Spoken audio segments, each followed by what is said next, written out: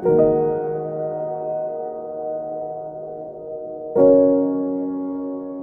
combat qu'on mène est le bon combat. Effectivement, il paye certainement son engagement, Jacques, parce qu'en fait, aujourd'hui, nous devrions tous être convoqués à la gendarmerie. Nous sommes tous les défenseurs des services publics et le seul crime qu'il est reconnu d'avoir commis, c'est celui d'avoir défendu nos services publics.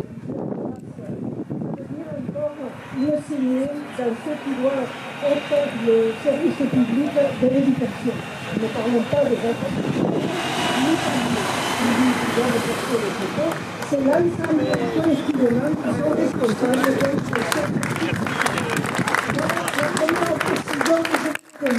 la deuxième, c'est que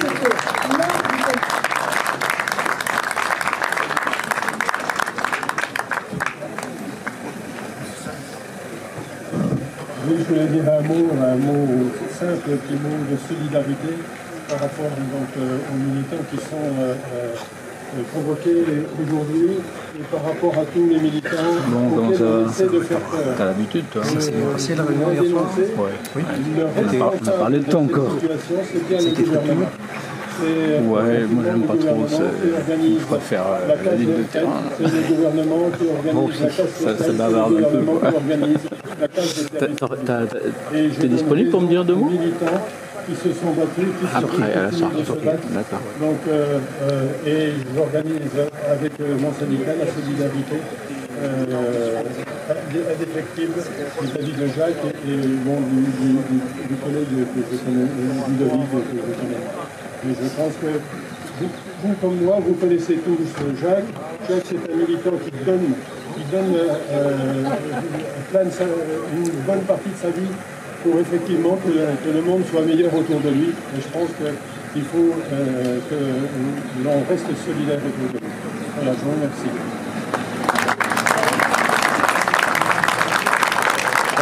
Comme tu as raison de le souligner, Michel, aujourd'hui, ce n'est pas des convocations qu'ils devraient recevoir, ça serait des médailles, quoi. Ces camarades, ce sont nos défenseurs des services publics et défenseurs du bien vivre dans nos localités. Donc je pense que c'est à eux qu'on devrait décerner des médailles et nous sommes offusqués de voir la maltraitance organisée par ce gouvernement qui bien sûr ne fait que passer par la répression pour annuler, pour instiller la peur et faire taire toute opposition à leur projet de casse des services publics, casse de nos retraites et vis-à-vis de toute opposition à cette politique ultralibérale. Donc merci encore à vous tous d'être là présents ce matin.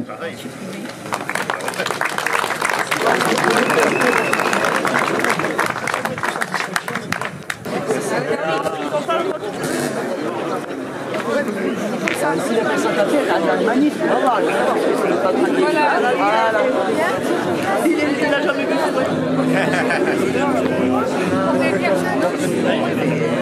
avec toi,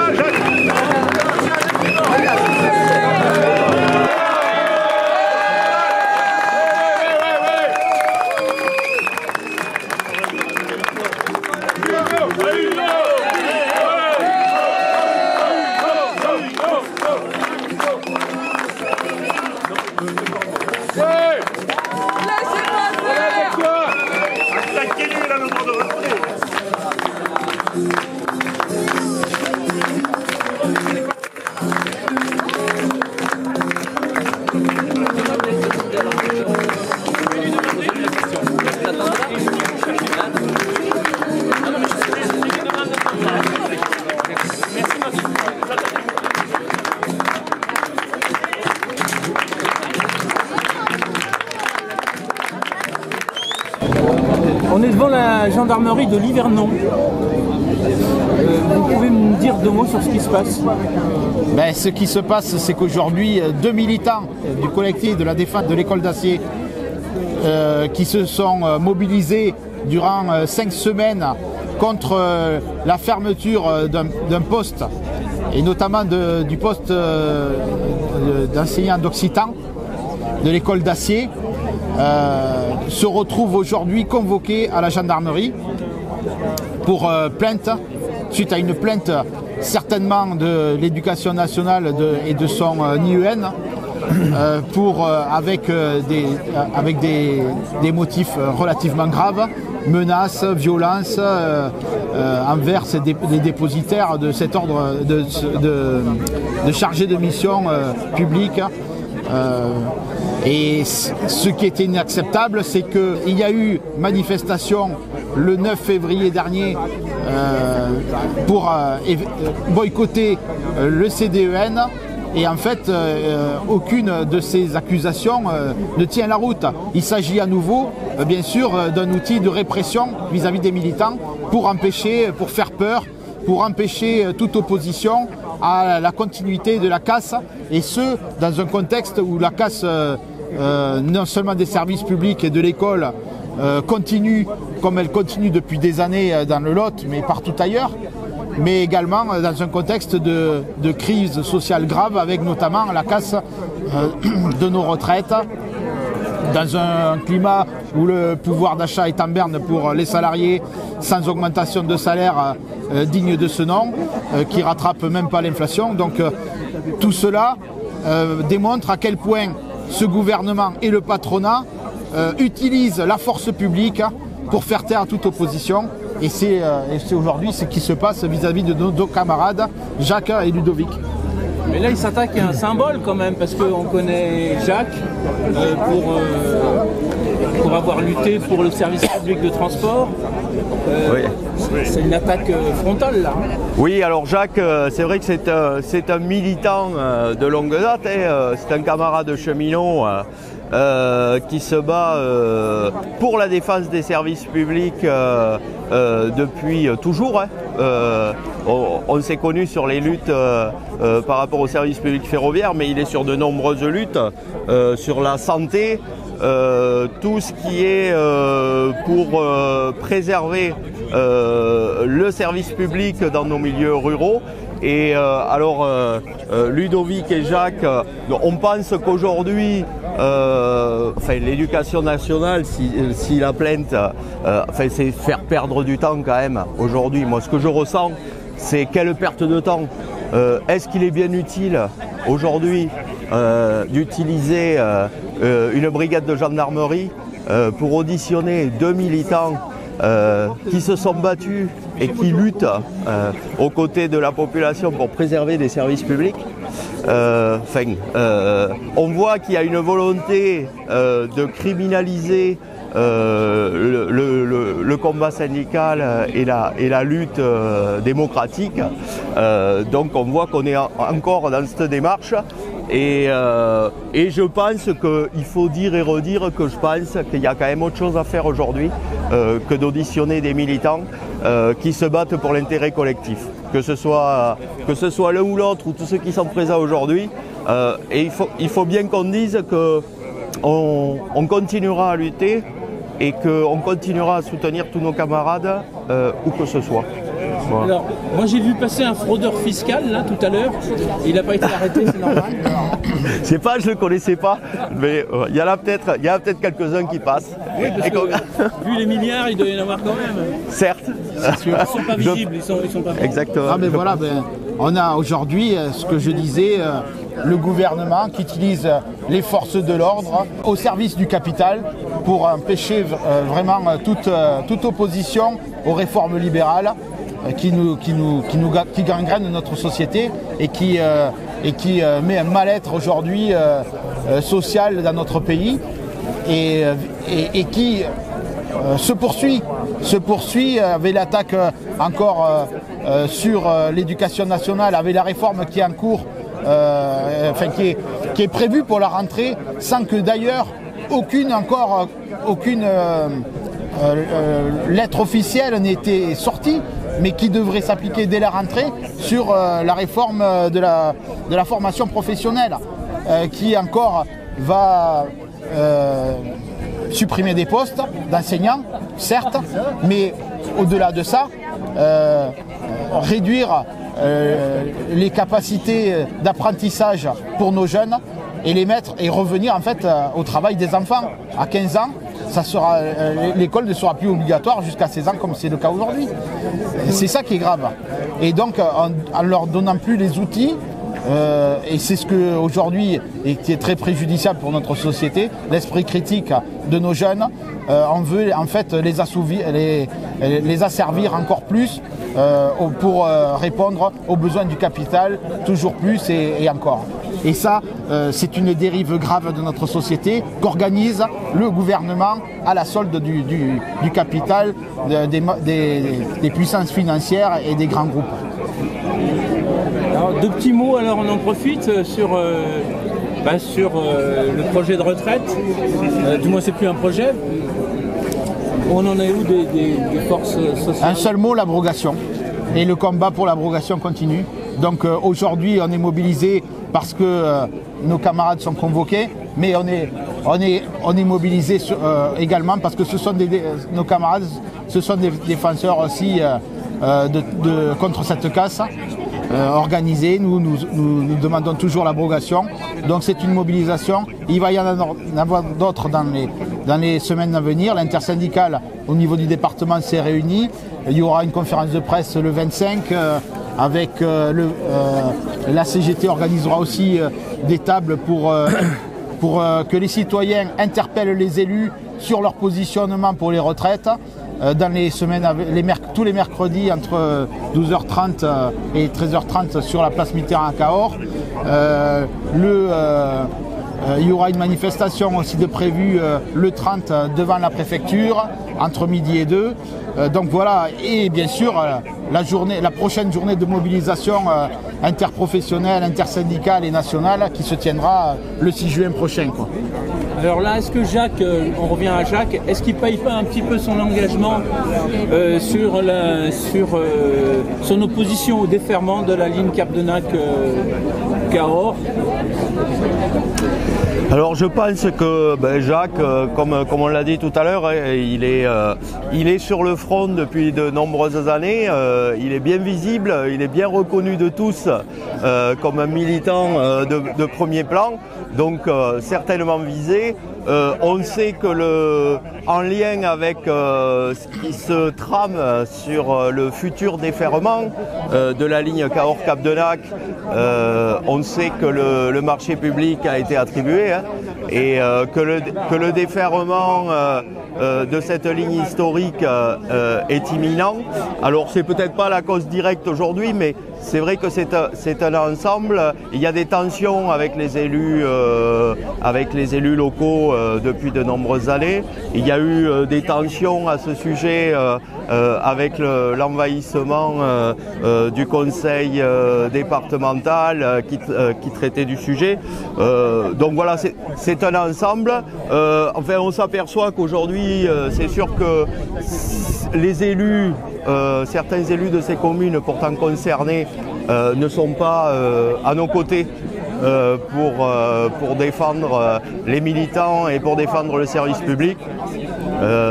On les verra peut-être dans les prochains jours ou venir serrer des mains en début de manifestation le 6 juin.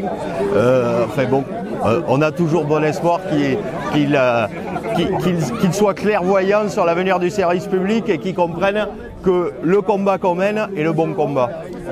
Effectivement, il paye certainement son engagement, Jacques, parce qu'en fait aujourd'hui, nous devrions tous être convoqués à la gendarmerie.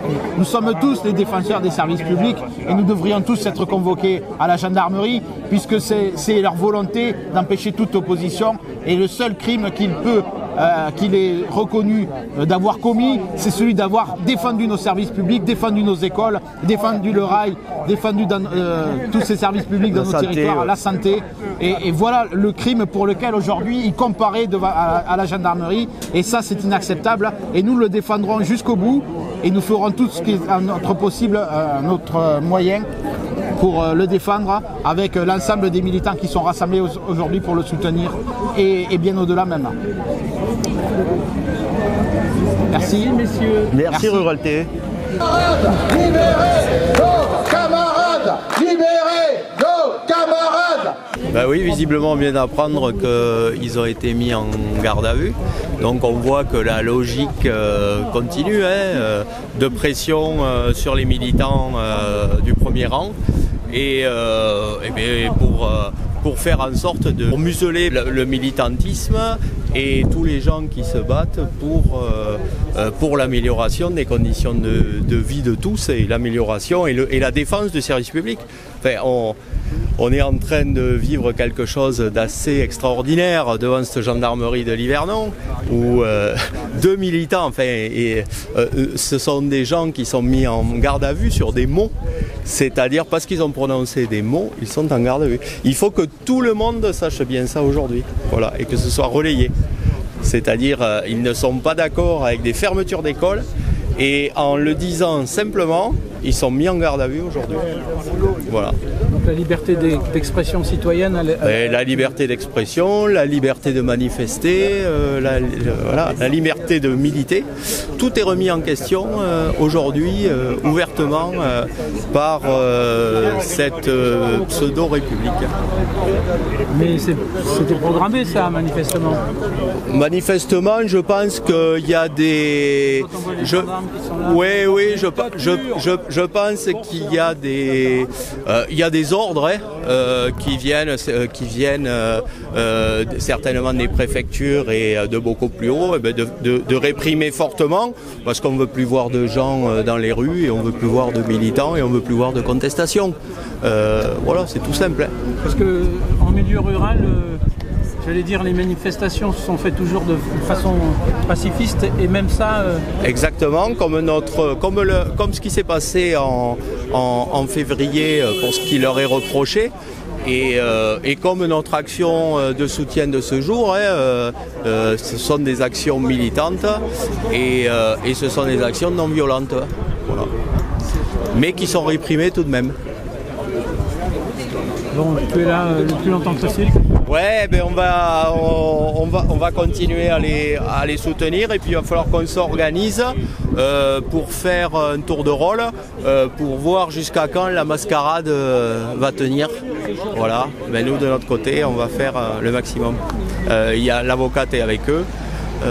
Donc je pense que tout va être fait pour qu'on les libère le plus rapidement possible de cette injustice flagrante. C'est la pression. Ouais. C'est pas de la torture, c'est de la pression. C'est de la pression psychologique, tout à fait, organisée. Merci. Ouais. Merci.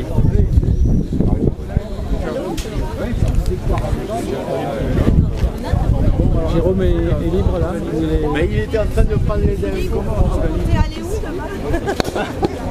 C'est une décision tout à fait scandaleuse auquel personne ne pouvait s'attendre. On est face à un gouvernement, parce que c'est une décision politique, hein, c'est pas les gendarmes. Hein.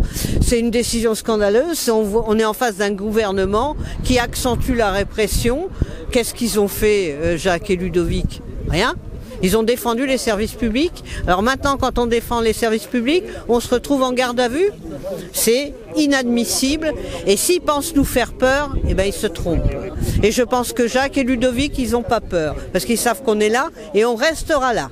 Voilà, donc on le voit, c'est la pression. Bon, les gendarmes sont les exécutants, hein, mais en fait, on voit bien que de toute façon, on a de la répression de plus en plus. Et la répression, elle est proportionnée à la peur qu'a le gouvernement des manifestants. Donc c'est sûr, c'est grave ce qui se passe, mais en même temps, on sait une chose, c'est que nos manifestations les dérangent, et on le voit bien. Voilà, donc on ne va rien lâcher, on va appeler tous les gens qu'on connaît, tous les manifestants, tous les syndicats à venir nous rejoindre pour soutenir et pour dénoncer le plus haut possible, le plus fort possible, cette façon de procéder de répression. Voilà, donc on va organiser une permanence de maintenant jusqu'à ce qu'ils soient libérés. C'est-à-dire jour, nuit s'il y en a besoin. Il n'y a pas de souci, on est là, on sera là et on lâche rien. Voilà. Merci Chantal, donc elle a tout à fait résumé la situation.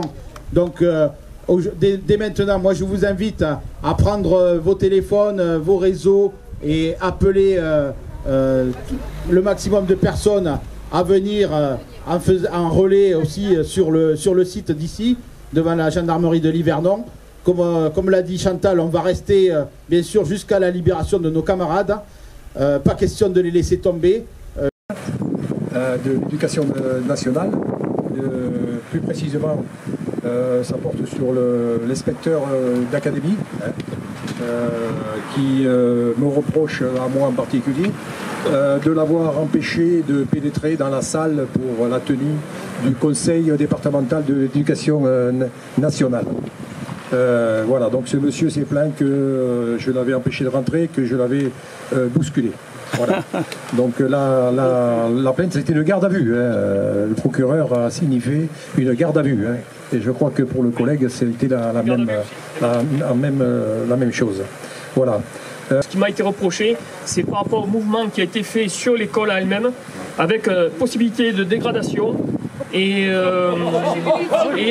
d'entrave, après tout ce qui peut éventuellement apporter toute entrave à la collectivité et à l'enseignement, tout ce qui a été fait par rapport au mouvement, mais sur l'école d'acier en elle-même. Pour ma part, j'ai eu une garde à vue par rapport à ça et tout ce qui a pu être fait ou redire derrière. Donc je ne vais pas énumérer tout ce qu'on a pu éventuellement m'en reprocher. C'est plus cette partie-là, pour ma part. Après, Jacques, apparemment, c'est la partie commission SDN, donc à Cahors. Donc au lycée Gaston Monnerville où devait se passer la commission. Oui, donc pour continuer, ouais, donc cette commission départementale d'éducation nationale qui se réunit tous les ans pour entériner ou non les suppressions de postes. Cette année, c'est pas moins de 7 suppressions de postes sur le département, dont un poste, une classe à acier. De toute façon, le CEN, comme ça a été souligné, ne s'est pas tenu puisque le quorum n'était pas atteint, donc la réunion n'aurait pas eu lieu quand même. Bon. Voilà, donc pour résumer, pour continuer, au nom de l'association de défense de la garde d'acier, de promotion du rail et des défenses des services publics, avec le collectif des parents d'acier, je disais, se sont mobilisés pendant plus d'un mois.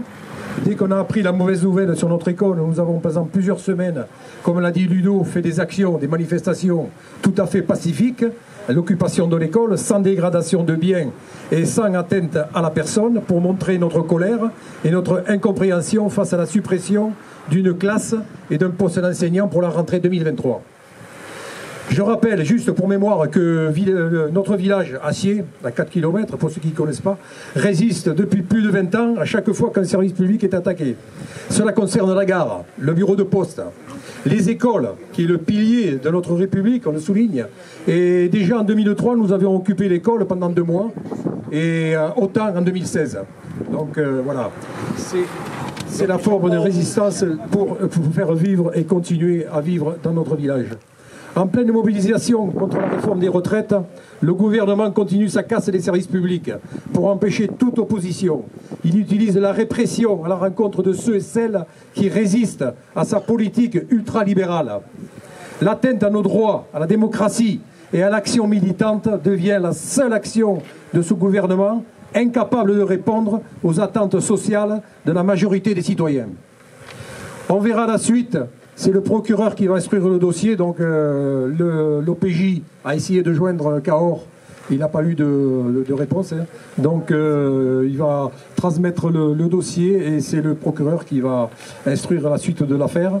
Mais on peut souligner que ce n'est pas par la répression, ni par l'intimidation que nous baisserons les bras pour défendre, développer et maintenir les services publics.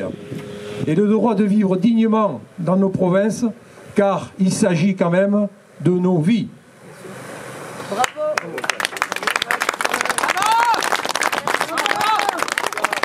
Nous continuons le combat et le prochain rendez-vous, vous savez, dans la rue, c'est la manif du 6 juin contre la réforme injuste des retraites.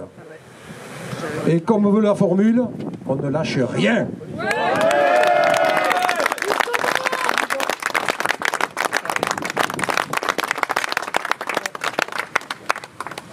Donc pour ma part, en tant qu'un peu représentant du mouvement pacifiste, je tiens bien à le préciser, un mouvement qui a essayé de défendre l'école d'acier.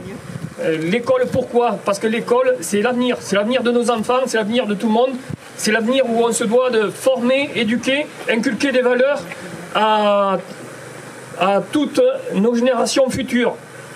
Donc pour ma part et l'ensemble du collectif, nous avons revendiqué, et je tiens à le préciser à tout le monde, toujours un mouvement pacifiste, organisé, sécurisé, sans dégradation et oppression, ce que l'État a tendance à vouloir nous mettre sur le dos. Donc on s'est senti quand même menacé. Donc le chargé de mission de service public a voulu nous mettre sur le dos une menace perçue sans fondement sur des citoyens opprimés, une tentative d'intimidation sur une fonction sociale, bafouer nos droits et notre liberté d'expression et de revendication. Donc maintenant, je fais l'appel à notre population locale et à nos élus qui auront qu'à délibérer de notre sort afin de faire entendre et comprendre à l'État que la répression n'est pas une solution, tout simplement. Et vive les écoles de nos campagnes.